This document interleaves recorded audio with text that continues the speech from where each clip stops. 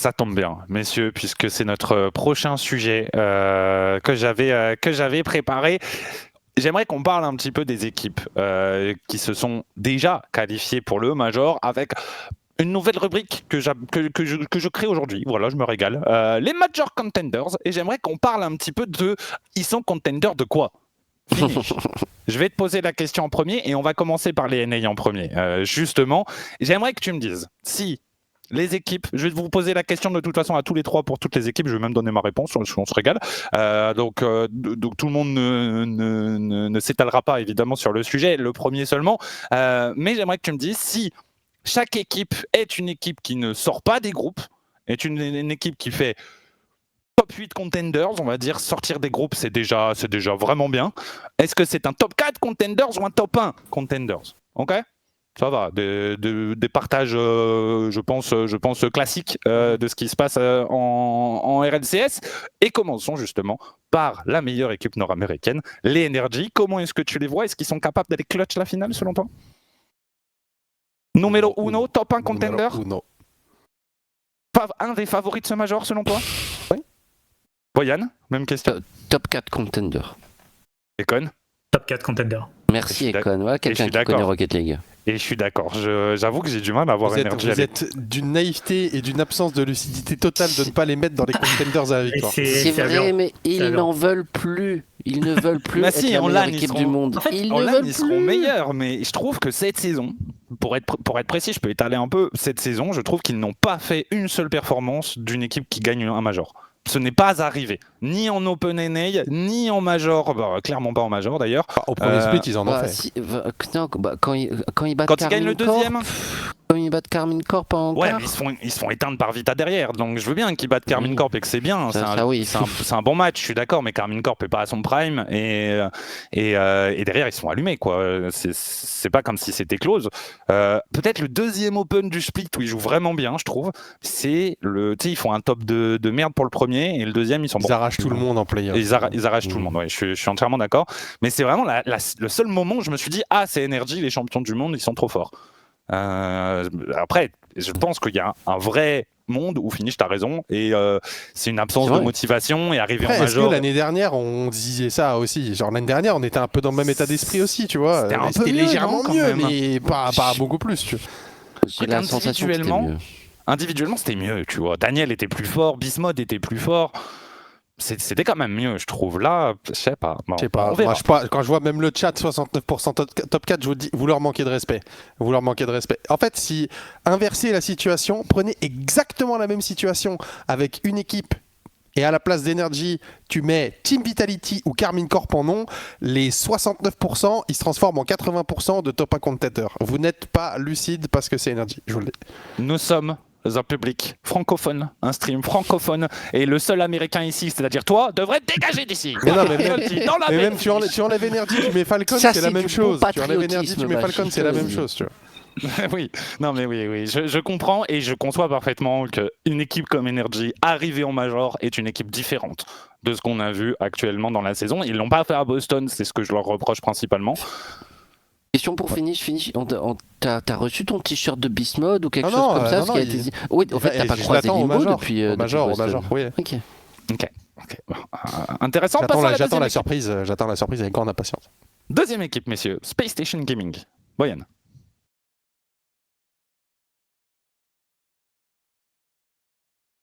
Je peux pas dire top 4, je sais pas si je peux dire top 4. Bah oui, l'Open numéro 4 là, sur ce début de split au début avril, fin mars, avant que les beaux jours ne reviennent.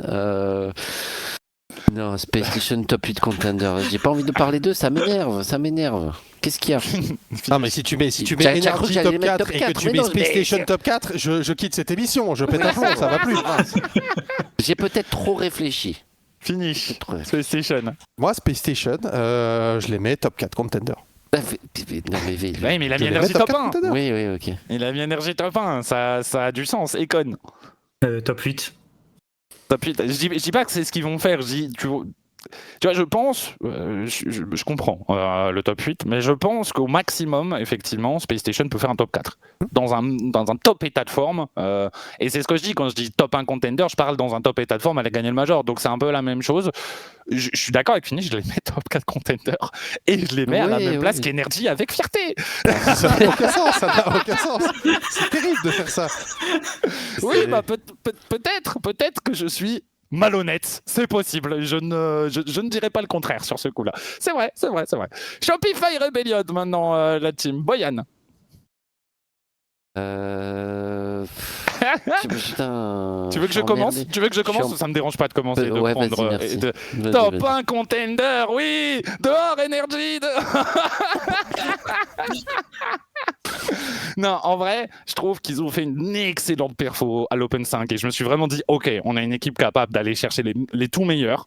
Ce que je reproche à Energy, c'est qu'on l'a pas vu cette perf, et je trouve que Shopify, pour le coup, ils nous l'ont donné. Après, l'Open 6, la demi contre Energy, je les trouve nuls, mais nuls. Donc est-ce que c'était qu'un coup d'éclat? C'est très probablement le cas, et dans ce cas-là, ils seraient max top 4, je suis d'accord. Est-ce que c'est quelque chose qu'ils sont capables de reproduire? Et dans ce cas-là, pour moi, ils ont la capacité d'aller battre tout le monde. Et du coup, top 1,5. Faut que LJ, First Killer sera bon, First Killer est toujours bon, il faut que LJ fasse qu'il n'a fait qu'une fois il y a 2 semaines en 3 ans maintenant, c'est-à-dire jouer très très bien à Rocket League, et ça n'arrive plus. Okay. Bon, vas-y, j'arrête d'être un rageux, je remets Energy en top 1 contender, mais je mets aussi Shopify Rebellion. Pour moi, il y a 2 équipes en NA qui sont capables de le faire. Finish. Top 4. Econ? Ouais, je les vois pas aller au bout. Top 4 aussi. Je vous comprends, et moi, le gros hater de First Killer, je trouve que je retourne très vite ma veste. Je me le dis moi-même, j'en suis parfaitement conscient, sachez-le. Passons maintenant à Futisport. Econ.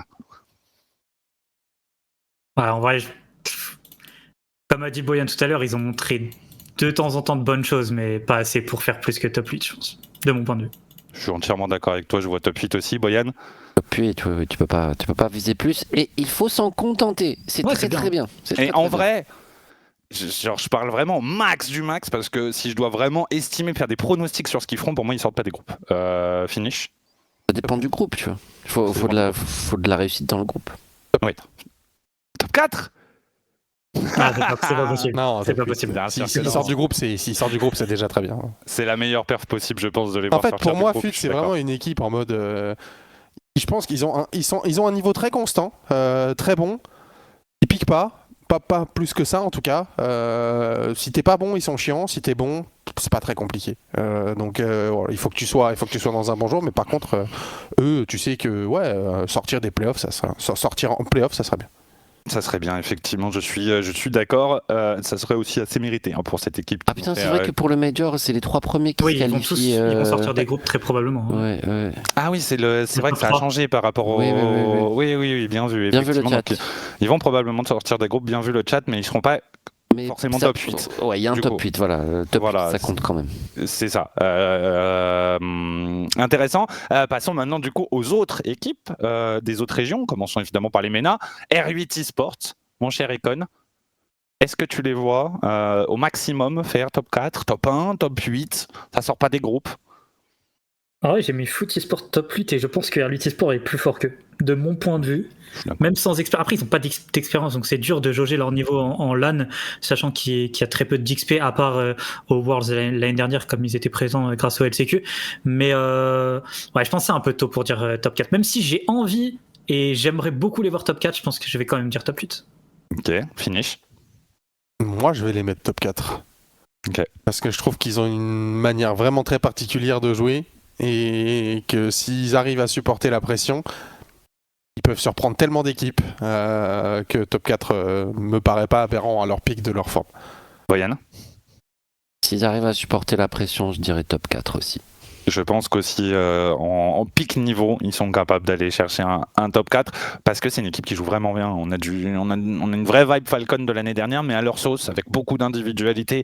C'est mécaniquement irréprochable. Ils peuvent être irréprochables mécaniquement. Ça peut faire peur, clairement, une équipe de R8 eSports qui joue bien. Twisted Mind, maintenant, messieurs. Boyan? Et bah top 4. Top 4 parce que offensivement ça peut être très très fort, mais défensivement il y a beaucoup trop de lacunes, ils prennent trop de buts à la con. Il y a trop de problèmes d'incompréhension par moment. Nobu est assez irrégulier. Je suis agréablement surpris. Bon, TRK, on n'en parle pas, super fort. Je suis agréablement surpris par le niveau de Monkey Moon. J'ai l'impression qu'il continue de taffer, qu'il s'investit et qu'il fait ce qu'il faut pour rester au niveau. Mais Nobu, notamment sur le premier split, je l'ai trouvé moins bon. Ça va beaucoup mieux récemment là sur le deuxième. Quand Twisted Man, surtout les Open 5 et 6, Nobu va mieux, mais c'est pas encore le Nobu qui me faisait vraiment flipper l'an dernier. Donc top 4 parce que l'équipe n'est pas encore rodée. Finish. Comme Boyan, top 4 aussi. J'ai du mal à les voir top 1 parce que ouais, il y a beaucoup d'erreurs qui sont déjà punies en MENA et beaucoup d'erreurs qui ne sont pas punies en MENA, qui je pense le seront sur la scène internationale. Et j'ai du mal à les voir aller au bout en l'état actuel des choses. Déconne.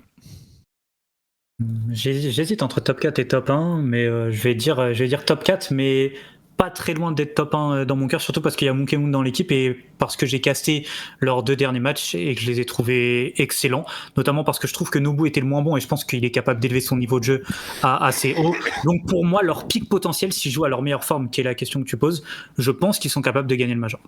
Okay. Donc je dirais top 4 quand même, par ma raison, mais tu vois, s'il y avait eu top 2, j'aurais dit top 2. Voilà. Okay. Si on retrouve Nobu, genre le Nobu de fin de saison dernière qui est en 3v3 sur les derniers tournois, notamment régionaux, il est genre inarrêtable.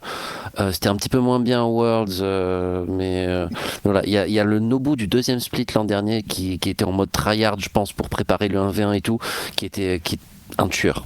Qui était à mon avis au pic de sa forme et il était à ce moment-là parmi les meilleurs du monde. Pour le coup, mais c'est plus le cas. C'est dur, mais après, je trouve que c'est très dur de comparer parce que Nobu, avant, il jouait en 1v3. Quasiment. C'est pas vraiment du 1v3, mais à part Atomic, et encore Atomic, bon, c'était pas un Nobu, quoi, c'était une moitié de Nobu maximum, et Rise, c'était un peu catastrophique. Donc c'était facile de briller. C'était pas facile de briller, non, c'est pas vrai. Il est excellent, mais on le voyait vraiment beaucoup parce qu'il était tout seul à jouer. Mais c'est pas facile de faire ce qu'il a fait, très clairement. Je ne vais pas dire ça non plus, mais là, du coup, il a beaucoup à apprendre à jouer vraiment en 3v3, à s'intégrer dans un roster, à s'intégrer dans une équipe avec des joueurs de son niveau. Je pense qu'il a du mal, effectivement, mais il en est capable. Je les vois pas les plus top 4, même si les vilains clutchers que sont ces 3 joueurs, parce que Nobu, je pense qu'on peut le dire aussi, hein, c'est sa performance en 1v1 l'année dernière contre Moxie dans une salle qui le déteste. Elle est quand même pas négligeable. TRK nous a déjà prouvé par le passé. Monkey Moon nous a déjà prouvé de nombreuses fois par le passé. Donc, je pense qu'il pourrait potentiellement effectivement aller plus loin, mais je vais quand même dire top 4. L'équipe océanienne, Boyan, qui te fait tant plaisir à retrouver. Wildcard, donc il y a Clutch. Il devait absolument. C'était super serré avant le dernier tournoi. Ouais. Il fallait absolument que ça se joue entre Power et Canterbury Bulldogs, là, CB Bulldogs. Celui qui gagnait le tournoi était qualifié pour le Major de Paris et c'est donc Wildcard qui est allé chercher la victoire. C'est un petit peu léger, Wildcard cette saison, mais bon, ils sont bien allés jusqu'au top 6 à Lyon. Je vais dire top 8 contender, voilà, avec un bon groupe, ça passe. Mais du coup, les 3e de groupe joueront contre des 2e de groupe, un tour le premier tour du lower bracket. Ça sera un top 12 en fait, ça sera pas un top. Le match pour le top, ce sera le match pour le top 8. On va rename la catégorie parce que ça tombe bien parce que je vais les mettre dedans. On va dire qu'ils ne font pas top 8. Et pour moi, ils font pas top 8. Wildcard, c'est un miracle, le top 6 des Worlds de l'année dernière. Ça n'a aucun sens. Je n'y crois pas. Voilà, moi je le dis. Wildcard, c'est top 9-12. C'est leur place. C'est ce qu'ils valent à l'international. Pour moi, ça va pas plus loin. Finish. Je suis totalement d'accord avec ça et je pense que ça les rendra très heureux parce que si je dis pas de bêtises, je crois que sur le classement général OCE à l'heure actuelle, Wildcard et Power sont à égalité, si je ne me trompe pas. Et du coup, ils ont besoin d'une victoire à Paris pour pouvoir être qualifiés directement pour les Worlds, sinon ça serait tiebreaker entre les deux. Donc voilà, ils sortent de leur groupe, ils terminent 3e et ça va pas plus loin. Déconne. Ouais, je suis totalement d'accord. Top 9-12, les Worlds, c'était un miracle. Je les vois pas aller plus loin. Passons maintenant du côté sud-américain et nos chers amis de Furia. Je vais commencer et c'est un top 8 contender. Je pense qu'ils sont plus capables d'aller chercher une demi-finale selon moi. Brian. Top 8 contender. Finish. Ça fait un tir groupé, Furia, MIBR, top 8 contender. Ça fait plaisir parce que ça allait être ma question d'après, Con. Ouais, bah, exactement pareil, ça ira pas plus loin que le top 8. Tir groupé pareil, Boyan, top 8 aussi, Mibir. Pouh. Tir groupé aussi. Et allez, on va dire que ça peut quand même faire top 8, Mibir. Allez, parce que je les aime bien. Parce qu'en vrai, peut-être je les mets pas sortant du groupe non plus. Mais c'est pas grave, enfin, top 9-12, quoi, grosso modo. On va dire qu'ils en sont capables sur un bon parcours. Et évidemment, on va finir par l'équipe. Et c'est ça, il n'y a pas de surprise. Ils vont pas sortir du groupe. Les Five Fears, c'est une victoire, ça serait déjà pas mal, Brian, de toute façon. Ouais, ouais, oui. Finish, pareil. Top 16 contender. Top 16 contender, finish. RLCS Major Contender. C'est pas mal. Econ. RLCS Major Contender. J'ai l'impression qu'ils marqueront autant de points dans ce Major que tu as de cheveux sur ton magnifique crâne. Des milliers. Et attends, je crois qu'ils ont 4 points sécurisés. C'est quand même que j'ai 4 cheveux, c'est déjà pas mal. C'est déjà pas mal. C'est déjà pas mal. Très, très clairement, Doucement, évidemment. Évidemment, on n'inclut pas les équipes européennes puisqu'on n'a pas la liste définitive et on en parlera juste après ce petit rappel. Mais évidemment, toutes les équipes européennes, c'est possible que n'importe laquelle des équipes actuellement présentes dans le top 5 ne se qualifie pas sur ce tournoi. Rien n'est fait encore en Europe. Il faut un gros accident, mais c'est possible. Donc méfions-nous. Petit rappel aussi pour les équipes APAC. La finale se jouera en même temps le même jour. Pas en même temps, mais le même jour que la finale européenne. Et pour le coup, ils ont 2 équipes qui ont gagné. Kinotrop qui a gagné le premier tournoi. Kinotrop, c'est l'équipe de Cash, Maxu et Furlash, un joueur japonais. Et TSM, du coup, Catalysm, Sphinx et Kevin qui ont gagné le 5e Open. Et du coup, dans le 6e Open, le gagnant va tout simplement participer au Major. Les TSM, malgré cette défaite au 4e Open contre Kinotrop, sont grands favoris. On va pas se le cacher, puisque je crois que c'est leur seule défaite de la saison contre Kinotrop. Donc, voilà, je pense que TSM sera notre représentant à PAC. Ce n'est pas fait. Laissons à Cash l'opportunité de clutch quelque chose qui, évidemment, vous le savez tous, n'arrivera pas.